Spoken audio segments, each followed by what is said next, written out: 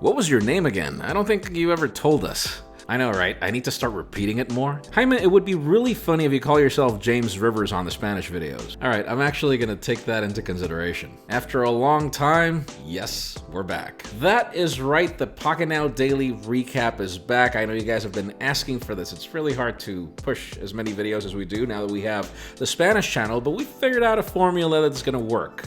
So, here we go again. Jaime Rivera with Pocketnow. This is the Pocketnow Daily Recap, your comments for last week.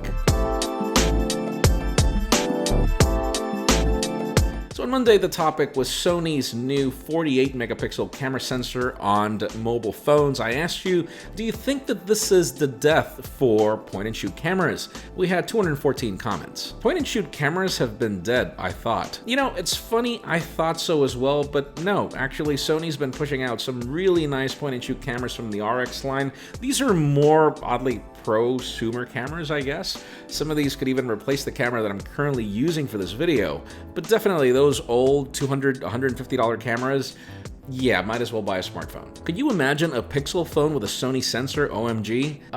Pixel phones actually have Sony sensors. Pretty much every single OEM, with the exception of companies using Samsung's ISOCELL sensors, and I do believe there are a few others that are using some other proprietaries, but then Sony pretty much dominates this market. Can't wait till Apple buys this from Sony and Apple fans think they made it. Newsflash, I believe Apple is the biggest Sony customer in this department, and it's one of the things that I've been personally speculating. Imagine an iPhone that has this 48 megapixel camera sensor playing a part. I think that that's really what Apple needs to bring, or else competition will do so.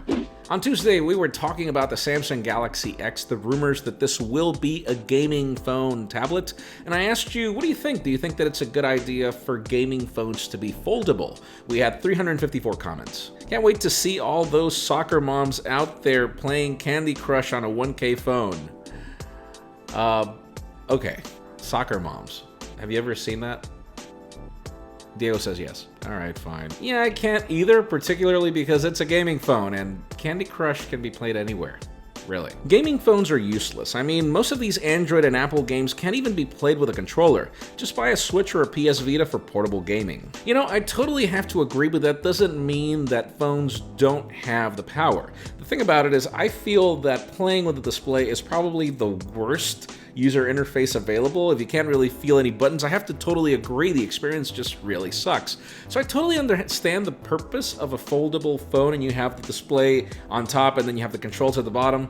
The problem is, or the question will be, can you feel these controllers, or is there some sort of an adapter that brings the controller functionality? We'll see. LOL Gaming. They don't run smooth or have high graphics. Best example is Infinity Blade Trilogy. Yeah, Infinity Blade Trilogy is rather old. A lot of things have evolved since then, but I do have to agree that Unreal Engine from back in the day, it kind of needs an upgrade. Totally right about that.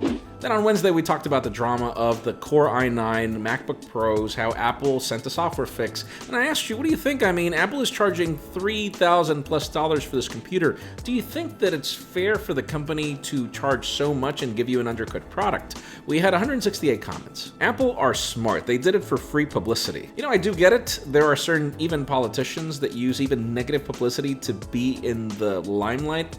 I just don't think that negative publicity is the kind of reputation that a company like this would look for. Throttling Solve still runs close to 100 degrees. Yes, I totally agree. I even believe that aluminum is not necessarily the best material for a laptop.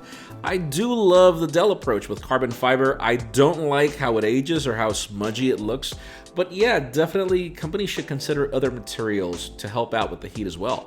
Then on Thursday, we talked about Fortnite. Back then, the rumors were that it was going to be an exclusive for the Samsung Galaxy Note 9, and I asked you, do you think that it's a good idea for it to be an exclusive? Do you like the idea or not? We had 559 comments. The game will look amazing on the Note 9. I don't even like Fortnite, but I might download it and get the Note 9. I do have to agree, this is probably going to be one of the best displays on a smartphone. The problem, and as I mentioned previously, is just gaming on phones is cumbersome in my opinion.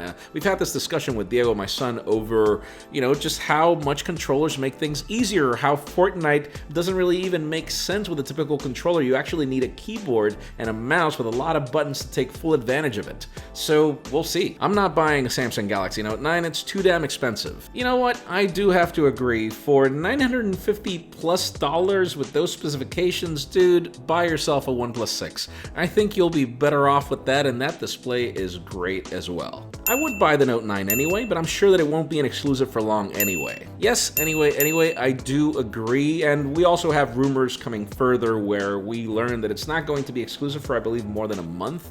It's still, I don't like it when games are exclusive to a particular phone and they force you to buy it. I think that that's not the best practice. If anything, shoot, buy yourself a Galaxy Note 9 and you'll get the Battle Pass or something like that. You get that for free, but not limit people to enjoy the game. And then finally, on Friday, we discussed the rumors that Samsung might bring its new unbreakable panel that they showed off to devices like the Samsung Galaxy S10, and the fact that it might also bring this technology to foldable smartphones. And my biggest concern of it being plastic to a certain degree and how this could scratch, we had 236 comments. I would love an unbreakable phone. I hate having to keep my beautiful phone in a case, but for clumsy people like me, it is necessary. The biggest problem is that I feel that smartphone materials are not the best. If you think about it, aluminum dents worse than anything. Stainless steel, not necessarily, but it scratches really ugly, so even if your display is unbreakable, the dents and the dings on aluminum are going to look horrible anyways. So it's not that I'm saying that I prefer plastic, I just feel that there are better materials out there that they could probably consider that would age better. That's why we have the whole After the Bus series that we just rebooted right now. I'll believe it until I break it. Oh my god, true. You know what? This is going to definitely warrant a drop test by our buddy Joshua Vergara, definitely. Unbreakable, that's just gonna be a rumor. I just want a solid display that can withstand the fall of at least 10 meters of height, or get solid points from Jerry Rig Everything. Oh my god, Zach Nelson is awesome at Jerry Rig Everything, also a great friend. I have a lot of admiration for his work and his jokes every time that he's tearing something down or breaking a phone apart. But yeah, seriously, I'll have to prove it. That's gonna be my opinion, definitely. And for me, it's not just going to be if the product is unbreakable. For me, what's most important is how does that glass or plastic age? If it scratches, then for me, it's gonna be an epic fail. I mean, we already have that technology from Motorola. We've seen it from companies like the Samsung Galaxy S8 Active. They scratch horribly. So for me, I don't think that's gonna be the best solution. We'll see. Friends, again, thank you so much for watching and for your comments, and the funnier you make them, the better, but if you want some tips to get them to the top, first of all, keep them short, stick to the point, and as well, try to get some thumbs up. It helps us spot them a lot easier. You can also follow me on social media, Jaime_Rivera on Twitter or Jaime Rivera on Instagram. Please give this video a thumbs up if you like what you saw. I'm Jaime Rivera. See you next week with more content.